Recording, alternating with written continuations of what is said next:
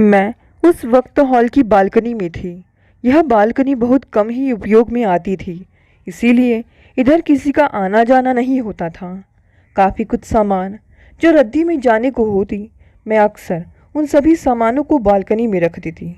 आज खाली समय मिलने पर मैं साफ सफाई कर रही थी, तभी लगातार बैल बजने की आवाज़ कानों में पड़ी। अरे खोल रही हूँ, कौन है जिसे सब्र नहीं। अरे आप। सामने पति को देखकर सीमा गुस्सा करने लगी। आप भी ना बिल्कुल बच्चों वाली हरकत करते हैं कभी कभी। अरे इन फिजूल की बातों को दरकिनार करो। पहले मुझे यह बताओ, क्या तुम्हारे भैया भाभी तुमसे बात नहीं करते?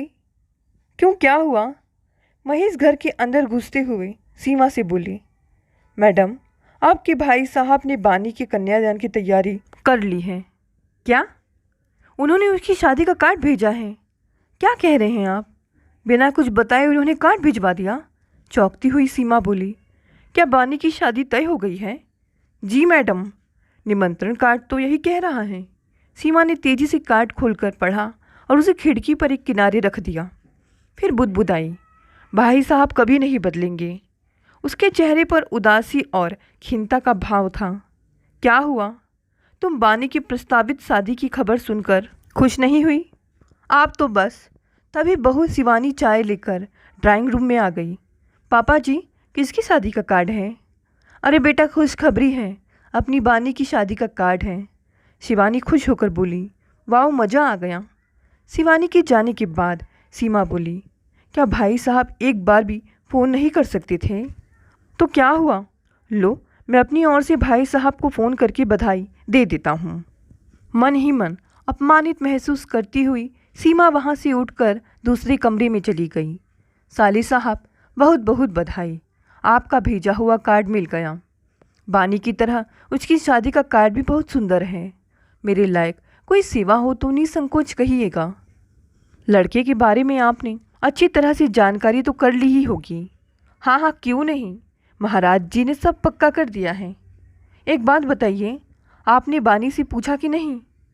अरे उससे क्या पूछना, ऐसा राजकुमार सा लड़का सबको नहीं मिलता। अपनी बानी तो सीधे अमेरिका जाएगी। इसी वजह से जल्दबाजी में 15 दिनों के अंदर ही शादी करनी पड़ रही है। अच्छा, बानी कहाँ है? फ़ोन दीजिए उसे, बधाई तो दे दे। देखिए महेश जी, बधाई बधाई रहने दीजिए, पहले मेरी बात सुनिए। हमारे हिंदू धर्म में कन्यादान को महादान कहा गया है, लेकिन भाई आपकी और मेरी सोच में बहुत अंतर है।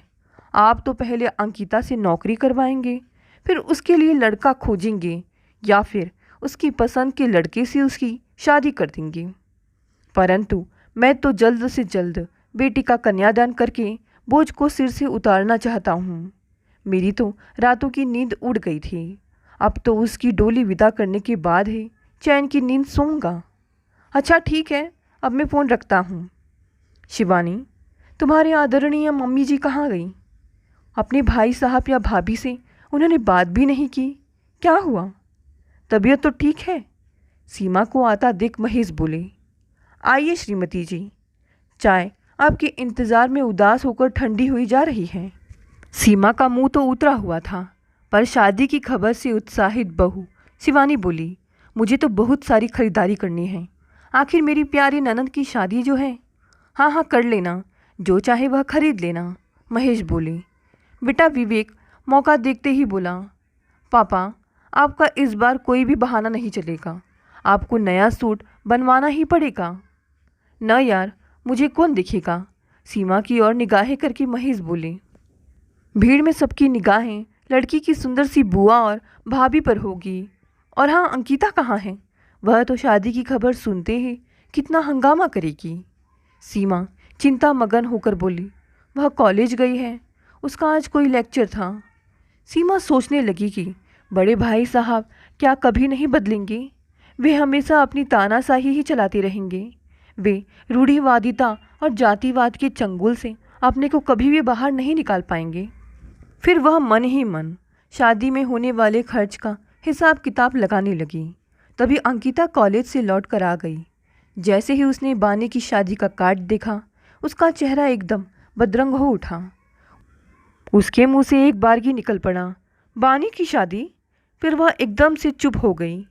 सीमा ने पूछा कि क्या कह रही हो, तो बात बदलते हुए बोली, पापा इस बार आपकी कोई कंजूसी नहीं चलेगी।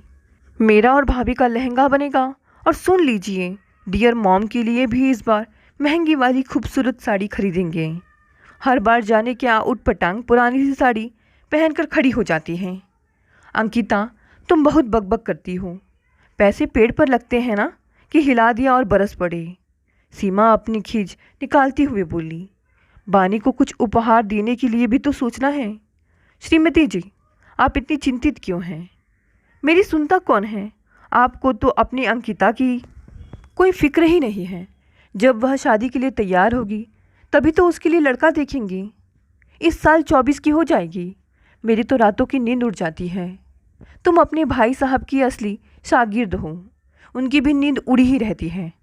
यह कहकर महेश अपने लैपटॉप में कुछ करने में व्यस्त हो गए।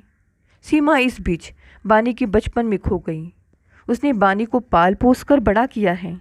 भाभी के जुड़वा बच्चे हुए थे, वे 2 बच्चों को एक साथ कैसे पालती, इसीलिए वह बानी को अपने साथ ले आई थी। उसने रात दिन एक करके उसे पाल पोस कर बड़ा किया। जब वह 6 साल की हो गई तो भाभी बोली, यह मेरी बेटी है, इसलिए यह मेरी जिम्मेदारी है, और वे उसे अपने साथ ले गई थी। बानी के जाने के बाद वह फूट फूट कर रो पड़ी थी। उसके मन में बानी के प्रति अतिरिक्त ममत्व था। बानी बहुत दिनों तक सीमा को ही अपनी माँ समझती रही थी। सीमा छुट्टियों में बानी को बुला लेती थी। बानी आती थी तो विवेक और अंकिता उसके हाथ से खिलौना झपट कर छीन लेते, उसे कोई चीज़ छूने नहीं देते। इस बात पर सीमा जब विवेक को डांट रही थी तो वह धीरे से बोली थी, मम्मी मुझे तो आदत है, वहाँ प्रखर मेरे हाथ से सब खिलौने छीन लेता है, चाहे खाने की हो या खेलने की, सब चीज़ें झपट लेता है। अम्मा भी कहती है कि वह भाई है, उसे दे दो। यह सब कहते हुए बानी की आंखें नम हो उठी थी। तभी वह सीमा से लिपट कर बोली थी, मम्मी मेरा घर कहाँ है? आप अच्छी मम्मी हैं, वे गंदी अम्मा हैं, मुझे मारती हैं। मैडम साहिबा क्या बात है, बड़ी अपसेट दिख रही हो। महेश की आवाज़ से वह वर्तमान में लौट आई थी। सुनिए जी, बानी अपने ससुराल में खुश तो रहेगी ना? मेरे मन में अपराध बोध है कि मैंने उसे अपने से दूर करके भाभी के पास क्यों भेजा। तुम तो फिजूल की बातें करती रहती हो। वह उनकी बेटी है, जैसा वे चाहे वैसा करे। जैसे जैसे बानी बड़ी होती गई, गुमसुम और चुप होती गई, बानी की आंखों का सूनापन देख सीमा अपराध बोध से भर जाती।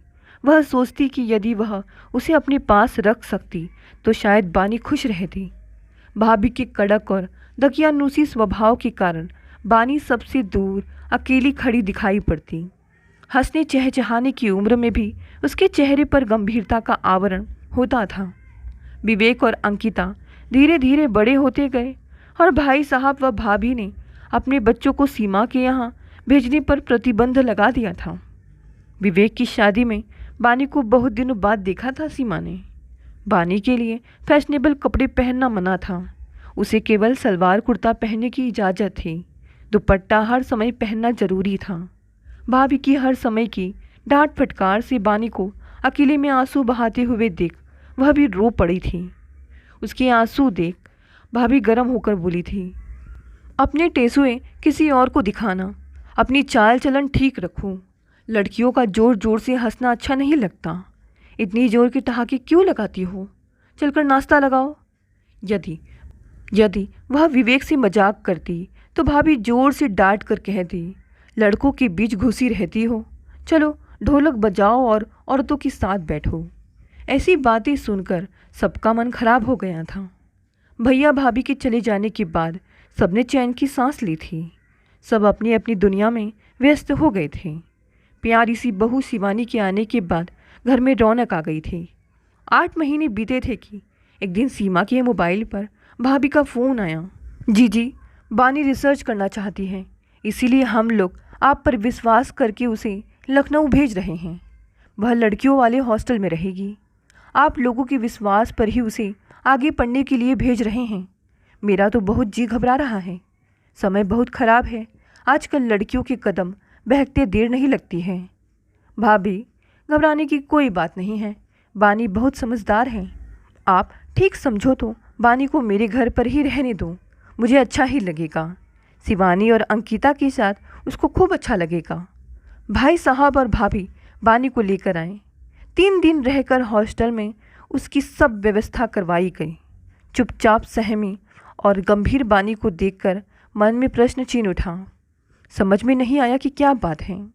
एक रात अकेले में भाभी अपने मन का गुब्बार निकालते हुए बोली थी, जी अब तुमसे क्या छिपाएं।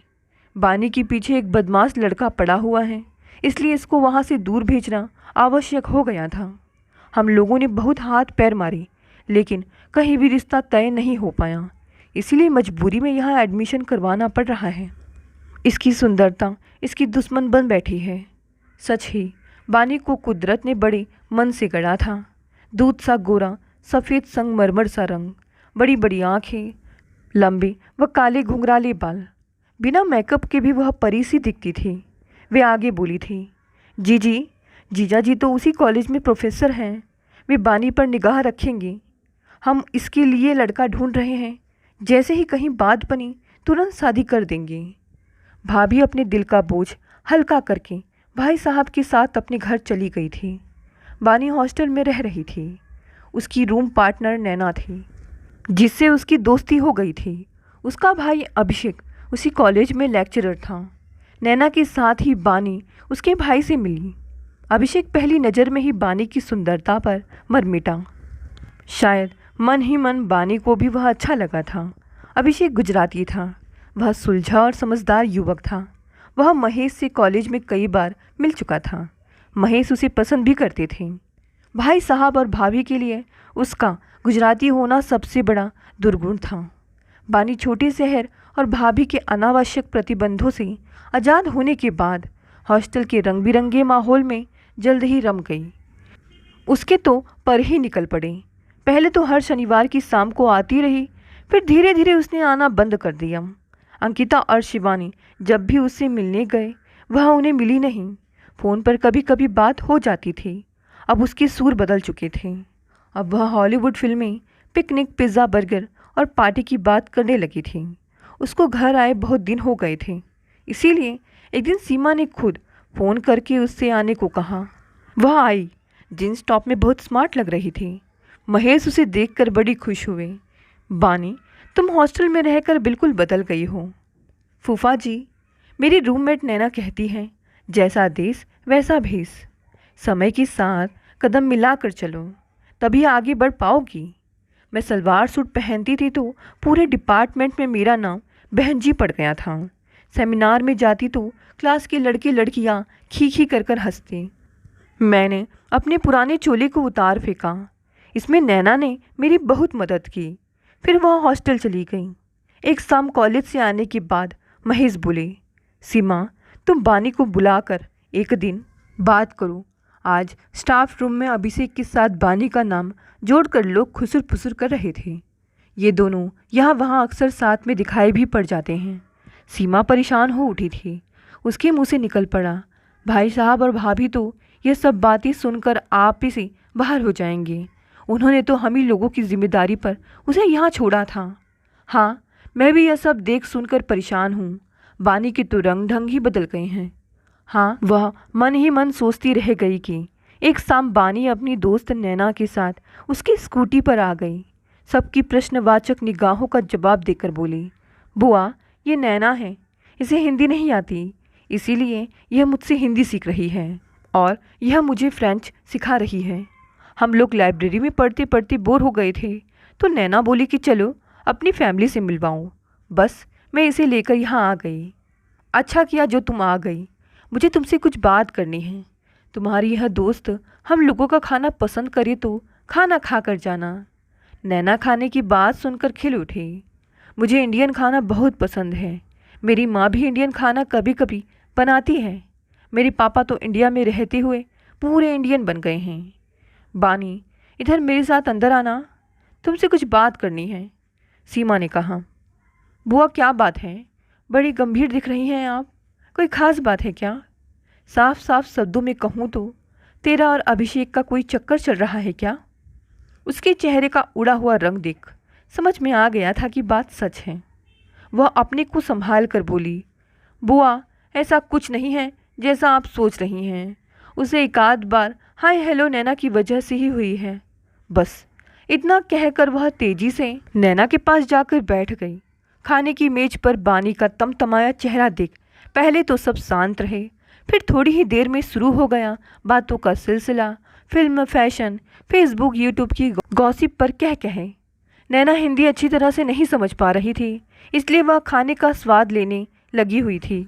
नैना और उसका परिवार पिछले 20 वर्षों से अमेरिका में रह रहा था, इसीलिए नैना हिंदी अच्छी तरह से समझ नहीं पा रही थी, इसलिए वह खाने का स्वाद लेने में लगी हुई थी।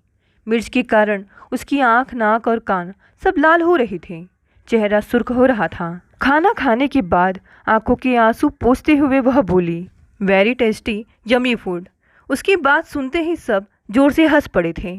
बानी किचन से रसगुल्ला लाई और उसके मुंह में डालकर बोली, पहले इसको खाओ फिर बोलना। बानी नैना की स्कूटी पर बैठी और बाय कहती हुई चली गई। महेश बोले, नैना अच्छी लड़की है। अगले दिन वे कॉलेज की सीढ़ियाँ चढ़ रहे थे। उसी समय प्रोफेसर अनित तेजी से उसकी तरफ आए। क्यों महेश जी, बानी तो आपके किसी रिलेशन में है ना? आजकल अभिषेक के साथ उसके बड़े चर्चे हैं। महेश कट कर रह गए। उन्हें तुरंत कोई जवाब न सूझा। धीरे से कहकर वे अपने कमरे में चले गए थे। उसी शाम अभिषेक और बानी को फिर से साथ देखकर उनका माथा ठनका था। वे अभिषेक के माता पिता से मिलने के लिए शाम को अचानक अभिषेक के घर पहुंच गए। अभिषेक उन्हें अपने घर पर आया देख थोड़ा घबराया, परंतु उसके माता पिता ने खूब स्वागत सत्कार किया। उसके पिता रिटायर्ड फौजी थे। अब वे एक सिक्योरिटी एजेंसी में मैनेजर की हैसियत से काम कर रहे थे। माता एक कॉलेज में इंग्लिश की टीचर है। गरम गरम पकौड़ियों और चटनियों का नाश्ता करके महेश का मन बहुत खुश हो गया। वे प्रसन्न मन से गुनगुनाते हुए अपने घर पहुंच गए। क्या बात है, आज बड़े खुश दिख रहे हैं। सीमा, आज अभिषेक की माँ के हाथ की पकौड़ियाँ खाकर मज़ा आ गया। आप अभिषेक के घर पहुंच गए क्या? हाँ, बड़े अच्छे लोग हैं। आपने उन लोगों से बानी के बारे में बात कर ली क्या? तुम तो मुझे हमेशा बेवकूफ़ ही समझती हो। तुम्हारे आदरणीय भाई साहब की अनुमति के बिना भला मैं कौन होता हूँ किसी से बात करने वाला। लेकिन अब मैंने निश्चय कर लिया है कि एक बार तुम्हारे भाई साहब से बात करनी ही पड़ेगी। सीमा नाराज़गी भरे स्वर में बोली, देखिए, आपको मेरा वचन है कि आप इस पचड़े में पड़कर उनसे बात ना करें। आप मेरे भाई साहब को नहीं जानते हैं। सीमा, तुम समझती क्यों नहीं हो? यह बीना के जीवन का सवाल है। अभिषेक के साथ साथ उसका परिवार भी बहुत अच्छा है। प्लीज़, अब समझते क्यों नहीं हैं? इसीलिए तो आपसे मैं कभी कुछ बताती ही नहीं हूँ। जाति पाति के मामले में तो वे इतने कट्टर हैं कि घर या दुकान कहीं भी नौकर या मजदूर रखने से पहले उसकी जाति ज़रूर पूछेंगे। मान गए आपके भाई साहब को। वे आज भी किस शताब्दी में जी रहे हैं? मेरा तो सिर भारी हो गया है। एक गिलास ठंडा पानी पिलाऊं? अब तो आप अच्छी तरह समझ गए होंगे कि वे कितने रूढ़िवादी और पुराने ख्यालों के हैं। आप भूल कर भी उनके सामने कुछ भी यह सब बातें मत कीजिएगा। महेश बोले, कम से कम एक बार बानी को अपने मन की बात भाई साहब से कहनी चाहिए। महेश, आप समझती क्यों नहीं हैं? लड़की में परिवार वालों के विरुद्ध जाने की हिम्मत नहीं होती। उसके मन में समाज का डर, माँ बाप की इज्जत चले जाने का ऐसा डर होता है कि वह अपने जीवन, प्यार और करियर सबकी बलि देकर खुद को सदा के लिए कुर्बान कर देती है। इसका मतलब तो यह है कि बड़े भाई साहब ने तुम्हारे साथ भी अन्याय किया था। मेरे साथ भला क्या अन्याय किया था? अरे, तुम्हारी शादी जल्दी करने की हड़बड़ी देख मेरा माथा ठनका था। क्या सोचती हो मैं ना समझता? तुम्हारा उदास चेहरा, रात दिन तुम्हारी बहती आँखें, मुझे देखते ही तुम्हारी थरथराहट, तुम्हारी उदासीनता, तुम्हारी उपेक्षा, कमरा बंद करके रोना बिलखना, तुम्हारी आंसुओं से भीगा हुआ तकिया देखकर मैं सब समझ गया था। तुम्हारी भाभी का पकड़कर फेरा डलवाना, तुम्हारे कानों में कभी दीदी फुसफुसा रही थी तो कभी तुम्हारी बुआ। विदा के समय भाई साहब के क्रोधित चेहरे ने तो पूरी तस्वीर साफ कर दी थी। उनका बार बार कहना, ससुराल में मेरी नाक मत कटवाना, मेरे लिए काफ़ी था। मैं परेशान तो था, परंतु धैर्यपूर्वक तुम्हारे सभी कार्यकलापों को देखता रहा और चुप रहा। वह तो विवेक पैदा हुआ तो उसमें ममता हो जाने की बात तुम पूर्ण रूप से मेरी हो पाई थी। यह सब सुनकर सीमा की अंतरात्मा कांप उठी थी। महेश ने तो आज उसकी पूरी जन्मपत्री ही खोलकर पढ़ डाली थी। इधर विवेक और शिवानी शादी के लिए शॉपिंग में लगे हुए थे।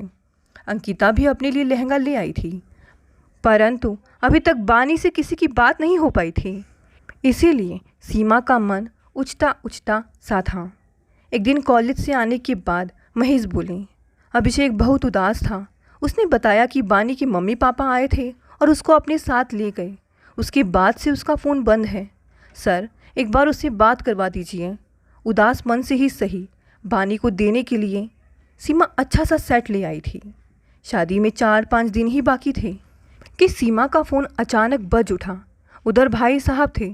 सीमा, बानी घर से भाग गई। वह हम लोगों के लिए आज से मर चुकी है। और उन्होंने फ़ोन काट दिया था। घर में सन्नाटा सा छा गया था। सब एक दूसरे से मुंह चुरा रहे थे। सीमा झटके से उठी। महेश, जल्दी चलिए। कहाँ? हम दोनों बानी का कन्यादान लेकर उसे उसके प्यार से मिला दें। मुझे मालूम है इस समय बानी कहाँ होगी। जल्दी चलिए, कहीं देर ना हो जाए। बरसों बाद आज सीमा अपने साहस पर खुद हैरान थी। विवेक बोला, माँ, भाई के बिना बहन की शादी अच्छी नहीं लगेगी। मैं भी चल रहा हूँ। आप लोग जल्दी आइए, मैं गाड़ी निकालता हूँ। शिवानी और अंकिता जल्दी जल्दी लहंगा लेकर निकली। दोनों आपस में बातें करने लगी। बानी दी लहंगा पहनकर परी सी लगेंगी। सब जल्दी जल्दी निकले और खिड़की से आए हवा के तेज झोंके ने बानी की शादी के कार्ड को कटी पतंग के समान घर से बाहर फेंक दिया था। दोस्तों, ये कहानी यहीं समाप्त हो गई।